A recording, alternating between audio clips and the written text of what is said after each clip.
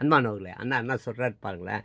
அமெரிக்க கண்டத்தை கண்டுபிடித்த கொலம்பஸ், இந்தியாவுக்கு கடல் மார்க்கம் கண்ட வாஸ்கோ ட காமா, அடிமை வர்க்கத்தை ஒழித்த ஆபிரகாம் லிங்கன் போன்ற தொண்டர்கள்ங்க. அவங்க தொண்டர்கள், அதிபர்கள் அல்ல.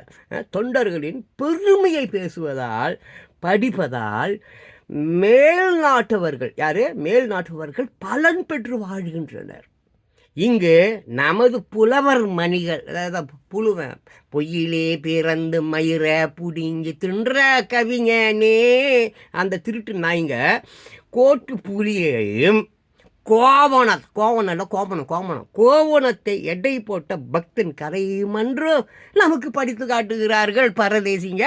அப்புறம் மேல் நாட்டினர் பொருளை தேடிக்கொள்வதிலும் அதனை சரியான முறையில் பயன்படுத்துவதிலும் காலம் கழித்தார்கள். ஆனால் நம்மவர்களோ பொருளை அனித்தியம் என்று கூறிக்கொண்டு அதே பொருள் தரும் சுகத்தில் வாழ்ந்தார்கள், தாழ்ந்து கொண்டிருக்கிறார்கள் திருட்டு ராஸ்கல்ஸ். ஆமாம், கட்டியிருக்கிற வாட்சி அவன் விடுற குசு கூட வெள்ளைக்காரனுதுடா. அவன் விடுற குசு கூட. ஆமாம், ஜங்கு ஃபுட்டை துண்டுறான். ஆமாம், சாண்ட்விச்சு. ஆமாம், ஸ்காட்சியை குடிக்கிறான். அப்போ ஸ்காட்சியை குடிச்சிட்டு குசு விட்டு அது மட்டும் என்ன தமிழ்நாட்டு குசுவா? ஏடா அவன் போட்டிருக்கிற வாட்சி கீச்சி காரு மயிறு கீரு வீடு கீடு பங்களா கீங்களா கட்டுற செங்கல் மயிர்கள் அந்த கல்லுக்கு எல்லாமே ஃபாரின்ல தான் இறக்குறான்.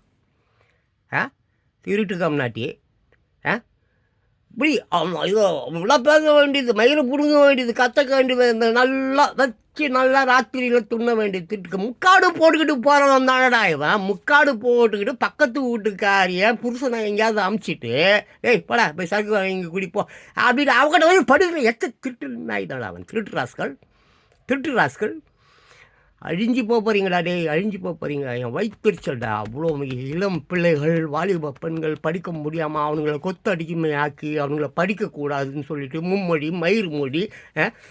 என்னடா கிளிக்கு எவன்டா மொழி சொல்லி கொடுத்தான்? குயிலுக்கு எவன்டா மொழி சொல்லி கொடுத்தான்? சிங்கத்துக்கு எவன்டா மொழி சொல்லி கொடுத்தான்? யானைக்கு எவன்டா மொழி சொல்லி கொடுத்தான்? அது எந்த மொழியிலடா பேசி உங்ககிட்ட பழகுது?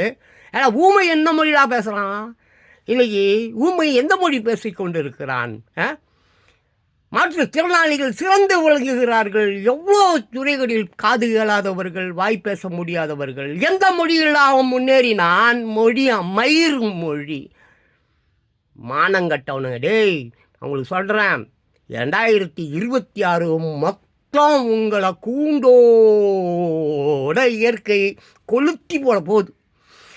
இங்கே போலீஸ்காரன் பிடிக்க மாட்டான். இங்கே சட்டம் கிட்டம் மயிறு எதுவுமே சொல்லலை. வேலையாகாது. நீதிபதிகளே சொல்லிட்டாங்க, பாமர மக்களே தயவு செஞ்சு கோர்ட்டாண்ட வராதிங்க. இங்கே இந்த திருட்டு பசங்க, அயோக்கிய பசங்க, முள்ளமாரி பசங்க, ரவுடி பசங்க, காசு வச்சிருக்கிறவன், கொலை பண்ணுறவன், பணக்காரனுக்கு தான் இங்கே கோர்ட்டு. ஏழை மக்களுக்கு இங்கே கோர்ட்டு இல்லை. ஏற்கனவே 20 வருஷம் 30 வருஷம் 40 வருஷம்னு பாவம் தீர்ப்பு கிடைக்காம தெருவா சோறு தண்ணி இல்லாமல் வராத கோர்ட்டு பக்கமே வராத. ஏன்னா இது திருடர்களுக்கு, கொள்ளைக்காரர்களுக்கு, அயோக்கியர்களுக்கு, பணக்காரர்களுக்கு, பரநேசிகளுக்கு, அரசியல்வாதிகளுக்கு தான் இங்கே கோர்ட். வராதன்ட்டாங்க. நிறைய நீதிபதிகள் சொல்லிட்டாங்க. நிறைய நீதிபதிகள் இப்போ அவர்களே தாமே முன் ஜுமோட்டோ அந்த மாதிரி சில வழக்குகள்லாம் எடுத்து பண்ணுறாங்க. ஏதோ கொஞ்சம் புண்ணியம் தேடுறாங்கன்னு நினைக்கிறேன். முன்னெல்லாம் அது கூட செய்ய மாட்டாங்க. இப்போ ஏதோ கொஞ்சம் புண்ணியம் தேடுறாங்க. இதே மாதிரி எல்லாரும் புண்ணியம் தேடுன்னா அதுக்கு ஒரு சிறந்த வழி ஒன்று இருக்காது. திருந்தணும், அவ்வளோதான். என் சின்ன பிள்ளைங்க அதுங்க ரோடுக்கு போகக்கூடாது, பஸ் ஸ்டாண்டுக்கு போகக்கூடாது. பெண்கள் தொப்புல காட்டி மாற காட்டி ரோட்டில் பஸ் ஸ்டாண்டில் அங்கே இங்கேன்னு பல பேர்கிட்ட படுத்தான் புருஷனாக காப்பாற்றுறா, படிக்க வைக்கிறா, என்னென்னமோ பண்ணுறா. லட்சக்கணக்கான பெண்கள் அல்ல, கோடிக்கணக்கான பெண்களை நீங்கள் ரயில்வே ஸ்டேஷனில் பார்க்க முடியும், பஸ் ஸ்டாண்டில் பார்க்க முடியும், தெருவுக்கு தெருவு பார்க்க முடியும். வேணுமா? ட்ரோன் விட்டுட்டா, கேமரா எடுக்கட்டுமா, ஃபோட்டோ எடுக்கட்டுமா, வீடியோ போட்டுட்டுமா, டிஎன்ஏ டெஸ்ட் பண்ணலாமா? வரியா? டிஎன்ஏ டெஸ்ட் பண்ணலாமா? வரீங்களா? ஆண் அவுட்டு பெண் அவுட்டு வாங்களா, டிஎன்ஏ டெஸ்ட் எடுத்துடுவோம். நீ கற்போடு இருக்கிறியா, கற்பு இல்லாமல் இருக்கிறியான்னு மைண்டட். இது ரொம்ப கொடூரமான வருடம். இந்த 2025 எண்டு கார்டு. 2026 கூட்டிப்பார். 2026 கூட்டுத்தொகை எவ்வளோ? நான் நியூமராலஜி நம்புவேன், ஜோசியம் தான் நம்ப மாட்டேன். நியூமராலஜி எனக்கு பிடிக்கும். கூட்டிப்பார். 1/1/2026 எவ்வளோ? 1 1 ஒரு 2 எவ்வளோ 4 அப்புறம் ஒரு 6 எவ்வளோ 10 10 1 சைக்கிள் சக்கரம், மாட்டு சக்கரம், வாழ்க்கை சக்கரம், மறுபடியும் 1 மொத்தமும் காலி ஆகிட்டு திருப்பியும் ஒரு புது உலகம் ஒன்று, புதியதோர் உலகம் செய்வோம். என் சின்ன பிள்ளைங்க உலகண்டா அது. என் வாலிப பெண்கள், என்னுடைய இளைஞர்கள் துவக்கப் போகும் புதிய உலகம். அந்த உலகத்தில் அவர்கள்தான் எல்லாமும் படித்த 13 வயது குழந்தை ஆங்கிலத்தில் அசத்துகிறது. மொழியை பற்றி பேசுகிறான் என் மயில்.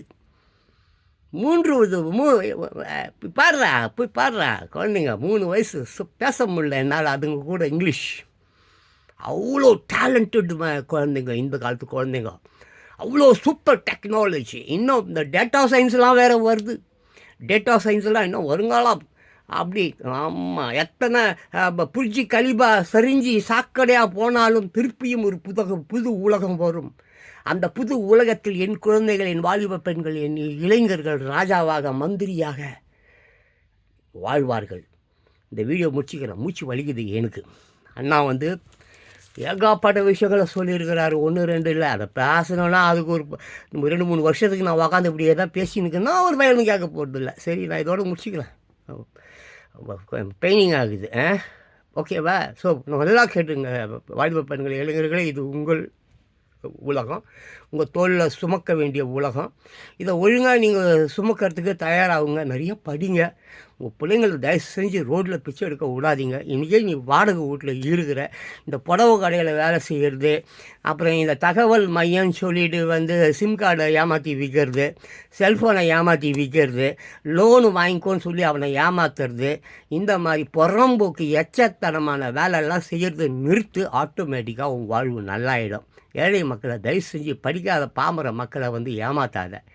அங்கே பாவம், ஏதோ படிப்பு அறிவு இல்லை தான். நம்மளும் கத்துறோம், படின்னு மூச்சு முட்டை நானும் கத்துறேன். தரித்திரங்க படிக்க மாட்டேங்குது. அதுக்கு அவர்கள் காரணம் இல்லை, கவர்மெண்ட்டு. குடியை ஊற்றி ஊசியை போட்டு கடைசி வரைக்கும் நீ கொத்தடிமையாகவே தான் இருக்கணும், படிக்கக்கூடாது.